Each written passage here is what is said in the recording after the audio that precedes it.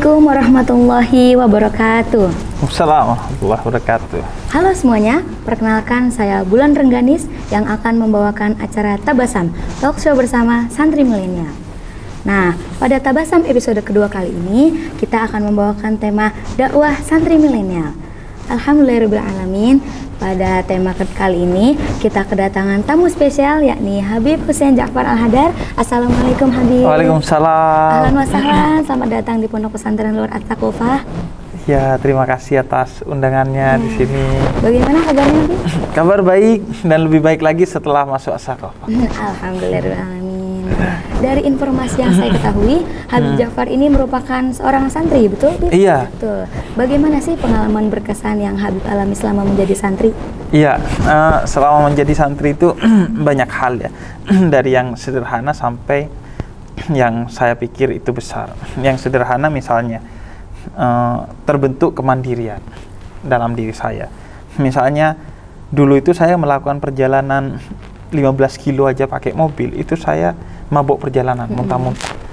Tapi setelah saya menjadi santri, saya berjalan ke pesantren, diajak ke mana-mana, itu menyebabkan mabuk perjalanan itu, mabuk kendaraan itu hilang. Kemudian yang kedua, dulu itu saya pribadi yang was-was. Jadi kalau tidur itu harus di tempat yang menurut saya ideal. Kalau makan harus di tempat yang menurut saya ideal. Semuanya serba ideal. Tapi ketika menjadi santri dengan segala keterbatasan di dunia pesantren, maka perasaan was-was itu kemudian terdidik menjadi hilang dalam diri saya. Bahkan kelewat hilang, jadi makan gak higienis, tidur seadanya, dan lain sebagainya. Yang paling sederhana itu mendidik saya untuk menjadi pribadi yang mandiri sebagai seorang anak muda pada saat itu. Kemudian yang sifatnya saya kira besar itu adalah santri mendidik saya untuk menjadi pribadi yang kemudian percaya kepada nilai-nilai spiritual pada levelnya yang sangat mendalam. Saya dididik di dunia santri bahwa ilmu itu bukan hanya apa yang kita baca, apa yang kita dengar, apa yang kita pelajari secara kognitif. Tapi ilmu itu adalah apa yang kita serap secara spiritual, seperti sesuatu yang menyerap cahaya itu sendiri. Sehingga kita meyakini bahwa ilmu bukan hanya sesuatu yang kita baca dan kita dengar. Membawakan tasnya ustadz atau kiai itu adalah ilmu. Membenahi posisi sendalnya kiai itu adalah ilmu. Maka semua pendekatan spiritual yang kita lakukan kepada ilmu itu adalah ilmu tersendiri yang levelnya justru di atas ilmu yang sifatnya kognitif dan afektif. Kalau di luar pesantren, kita belajar ilmu itu soal transfer knowledge, transfer pengetahuan. Mau kita su'ul adab pada gurunya, itu nggak peduli. Mau kita gak fatihah kepada guru kita ketika membaca karya guru-guru kita yang sudah meninggal, itu nggak diajarkan. Betul. Tapi pesantren mengajarkan bahwa ilmu itu bukan hanya apa yang kita pahami, bahkan bukan hanya apa yang kita lakukan, tapi ilmu itu adalah soal keberkahan. Kita bisa menghafal kitab-kitab, kita bisa memahami kitab-kitab, kita bisa melakukan kitab-kitab, tapi kalau kita tidak punya adab kepada kitab, kita tidak punya adab kepada guru, maka ilmu itu tidak akan bermanfaat nantinya, atau bahkan bisa mencelakakan kita. Dan ini bukan hanya kita bicara pada level spiritual. Dalam filsafat pun itu ada yang disebut oleh filosof madhab Frankfurt di Jerman, itu diantaranya Habermas, sebagai apa yang disebut dengan rasio instrumental. Pinter akalnya, tapi untuk membodohi orang lain, sehingga kepintarannya justru mencelakakan orang lain, dan karena dia mencelakakan orang lain, justru kecelakaan kembali kepada dirinya sendiri. Jadi itu saya rasa yang saya ambil di pesantren. Dan juga yang tidak kalah pentingnya, saya bersyukur karena pernah menjadi santri. Karena dengan menjadi santri, saya tahu bahwa agama itu mudah dan enjoy. Sehingga saya nggak tegang beragama. Ketika semua orang sekarang sedang sibuk meningkatkan kualitas keberagamaannya dengan sangat serius, dan akhirnya dia menganggap Islam itu tegang, sulit, saya sudah melewati masa itu. Saya tahu bahwa agama itu santai, bahwa tidur itu bisa jadi ibadah, minum kopi itu bisa jadi ibadah. Kemudian menjadi orang yang beragama sudah seharusnya tidak merendahkan orang lain walaupun orang lain itu ahli maksiat. Sebagaimana Nabi yang menghormati seorang preman yang bernama Adi bin Hatim walaupun dia preman. Itu yang saya syukuri. Jadi karena santri, kemudian keberagamaan saya menjadi woles gitu, menjadi santai. Ngelihat orang maksiat ya biasa aja, karena dulu kita juga ahli maksiat. Biasa aja juga karena kita yakin suatu hari mungkin dia akan berubah menjadi lebih baik. Cara berdakwanya kita juga santai karena kita belajar di pesantren gitu. Alhamdulillah kita belajar ilmu Islam dari sumber utamanya, sehingga kita mendapatkan sari-sari utamanya, nggak belajar dari sumber-sumber yang tanggung, sehingga keberagamaan kita juga jadi tanggung. Baik, berarti ada banyak sekali pengalaman menjadi santri yang tentu tidak akan didapatkan di luar pondok pesantren, betul Habib? Iya, banyak. Dari hal-hal yang remeh-temeh aja, wah kita itu harus irit di pesantren gitu. Kita harus cerdas, harus kreatif, dan lain sebagainya. Itu semua di pesantren gitu. Iya, kita belajar misalnya ya di pesantren. Kalau di kosan dulu saya di kuliah itu bedanya orang pesantren dan nggak pesantren. Orang yang nggak pesantren itu kalau mau ngelondri pakaiannya, dia nyari kresek sebagai tempat pakaiannya. Kalau kita enggak, karena ada sarung tinggal digelar, taruh tengah, kita ikat tuh dari 4 sudut, selesai gitu. Jadi dunia pesantren itu saya rasa ya dunia yang akan terasa pahit bagi orang yang sedang menjalaninya, tapi akan terasa indah bagi orang yang sudah menjadi alumninya. Ketika sudah menjadi alumni, baru tuh kita ngerasakan, oh ternyata dunia pesantren itu indah. Dan hanya orang pesantren yang ketika keluar dia punya jaringan di seluruh Indonesia tanpa dibangun. Ada orang yang bangun organisasi, bangun jaringan ini itu untuk membangun jaringan se-Indonesia melalui berbagai kegiatan. Kita nggak usah berorganisasi, nggak usah apa, sudah punya teman di seluruh Indonesia karena kita alumni pesantren. Ya baik, oke, terima kasih Bib. Nah, menilik dari perkembangan zaman yang semakin berubah, tentunya apa sih perbedaan yang Habib rasakan antara santri zaman dahulu dengan santri zaman sekarang? Ya tentu banyak hal ya. Pertama, santri zaman dulu itu tidak dipapar oleh apa yang disebut dengan perangkat digital. Dulu itu perangkat digital itu haram, nggak boleh bawa HP, nggak boleh bawa Walkman, istilahnya dulu itu Walkman. Kemudian nggak boleh ada laptop. Saya itu mengurus perizinan boleh mengakses laptop setiap hari Jumat, hari libur, itu selama kurang lebih 1,5 tahun ngurus perizinan agar saya boleh, karena saya sejak santri sudah menjadi penulis, dan penulis itu senjata utamanya adalah laptop. Nah itu advokasinya 1,5 tahun. Sekarang saya rasa semua itu tidak jadi masalah bagi seorang santri. Bahkan kamera ada di pesantren, laptop ada di pesantren. Tentunya tinggal kemudian bagaimana kita menggunakan itu untuk hal-hal yang positif. Terus yang kedua, dulu jadi santri itu sesuatu yang kesannya tidak elegan. Kuno sekali ya dulu pandangannya kan. Santri itu terlihat terbelakang, santri itu terlihat tidak modern. Tapi sekarang santri itu menjadi satu privilege. Orang menjadi santri, semua orang pengen jadi santri. Teman-teman saya yang belum pernah jadi santri nyesel karena nggak pernah jadi santri. Sekarang wakil presiden kita santri, presiden kita dulu almarhum Gus Dur santri. Sekarang orang berbondong-bondong untuk mengirimkan anaknya ke santri. Santri adalah pribadi yang kuat secara karakter. Santri menjadi pribadi yang kuat secara mental. santri menjadi pribadi yang kuat secara moral. Banyak privilege yang didapatkan oleh seorang santri yang dulu itu tidak disadari oleh kita, tidak dirasakan oleh kita, karena edukasi tentang pesantren sebagai lembaga pendidikan yang keren itu belum menjadi sesuatu yang menasional. Tapi sejak adanya Hari Santri dan kemudian diikuti oleh gerakan Ayo Mondok, saya kira itu merubah mindset kita tentang seorang santri. Sekarang santri itu menjadi sesuatu yang keren gitu. Dan kemudian gini, dulu pesantren itu tempat buangan anak nakal. Itu image pesantren. Kalau orang tuanya gak kuat ngurusin anak, buang aja ke pesantren.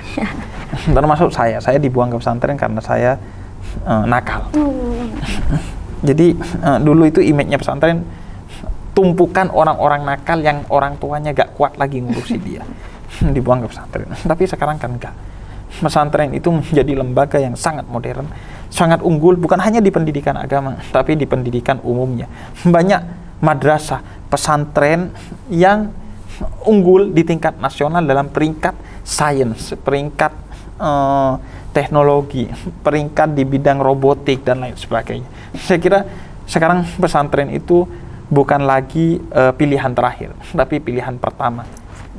Makanya sekarang membludak tuh santri di pesantren. Bahkan pesantren-pesantren yang saya temui itu sekarang itu sudah melebihi kapasitasnya. Jadi kalau dulu nyari santri kan, ya, betul, pesantren. Sekarang pesantren itu nolak santri karena image-nya sudah berubah. Oke, baik.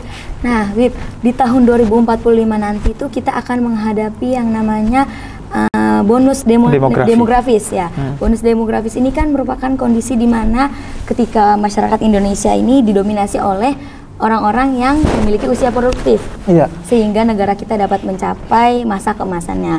Nah, menurut Habib, apa kira-kira peran santri yang bisa dilakukan untuk mengoptimalkan diri pada masa tersebut? Iya, peran santri adalah pertama, ya memberikan edukasi kepada orang bahwa masa muda itu adalah masa produktif. Itu santri yang tahu. Kalau bukan santri, biasanya masa muda itu identik dengan leha-leha. Tapi kalau udah jadi santri, tahu bahwa masa muda itu adalah masa produktif yang harus diisi dengan hal-hal yang positif. Kita diajari dari muda itu untuk produktif, bahkan kelewat produktif tuh. Kita harus memaksimalkan potensi diri kita. Jadi itu yang pertama. Kemudian yang kedua, produktivitas itu harus diikuti oleh kecakapan secara moral agar produktivitas itu tidak membuat kita hancur. Seorang yang produktif dan menjadi kaya kalau tidak bermoral, kekayaannya akan menghancurkan dia. Seorang yang berilmu, produktif dalam keilmuan tapi tidak punya moral, ilmunya justru akan mencelakakan dia, bahkan mencelakakan orang lain. Berapa banyak kemajuan ilmu pengetahuan yang menyebabkan kita akhirnya menciptakan senjata untuk berperang. Berapa banyak orang yang maju di bidang teknologi tapi kemampuannya digunakan untuk hackering, kemudian digunakan untuk mencaci orang lain, akun media sosialnya dan lain sebagainya. Saya rasa peran santri di sana pada aspek moral memastikan produktivitas itu berbasis pada nilai-nilai moral yang unggul, sehingga kemajuan kita bukan hanya kemajuan bersifat zahir, tapi kemajuan bersifat batin.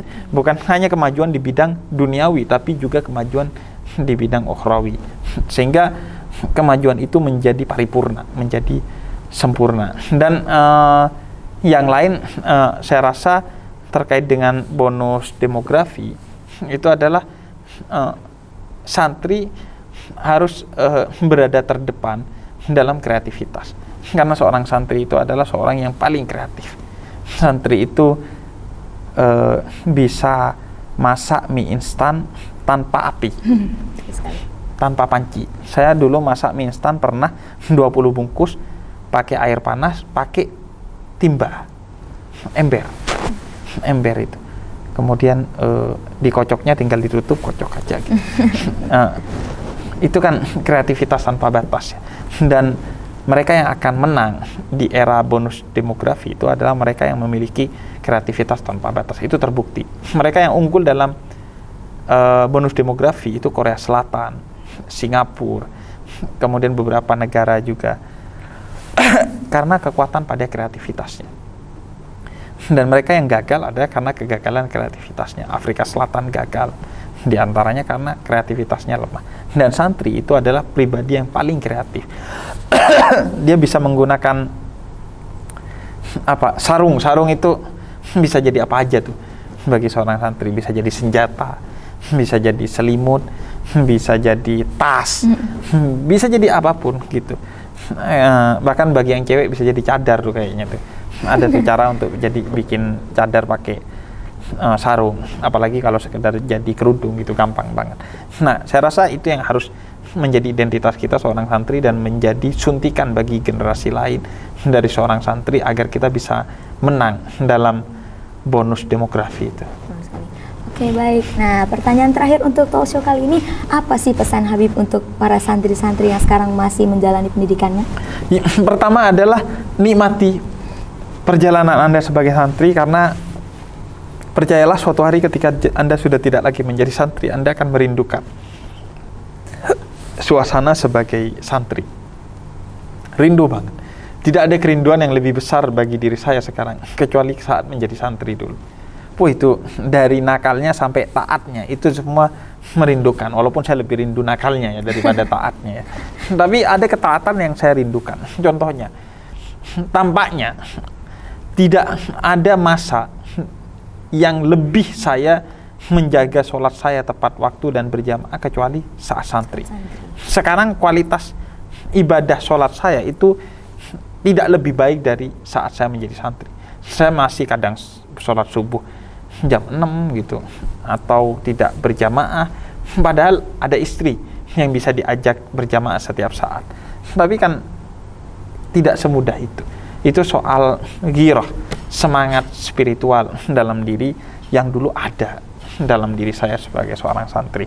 Saya rasa nikmatilah semuanya, dari senangnya, susahnya, sukanya, dukanya, nakalnya, taatnya, semua itu akan menjadi kenikmatan bagi kita. Kemudian yang kedua, bangga menjadi seorang santri, jangan minder, karena kepercayaan diri itu adalah modal kita setelah menjadi santri nantinya. Dan yang ketiga, manfaatkan masa santri itu untuk menerpa mental kita, karena kita akan memasuki era digital yang kekuatan utamanya adalah mental. Mereka yang lemah secara mental akan hancur, bahkan akan sakit, dan mereka yang kuat secara mental akan unggul. Dan yang terakhir adalah nikmati banyaknya waktu sebagai santri untuk menempa diri kita, mengambil dua potensi. Pertama, potensi intelektual, baca buku, baca kitab, baca semua yang perlu kita baca. Dan yang kedua, potensi spiritual, ambil keberkahan sebesar-besarnya, ziarah kubur, cium tangan kiai, khidmat kepada bunyai dan lain sebagainya. Itu harus dimaksimalkan, karena suatu hari Anda akan berada dalam suatu keadaan mau ziarah kubur harus keluar biaya besar, keluar tenaga besar, mau sowan kiai butuh persiapan panjang, dan tidak semudah seperti ketika kita menjadi santri. Manfaatkan semua itu ketika kita menjadi santri, sehingga paling tidak kita nanti itu masuk surga karena pernah jadi santri. Pernah jadi santri itu jadi alasan kita untuk masuk surga tuh.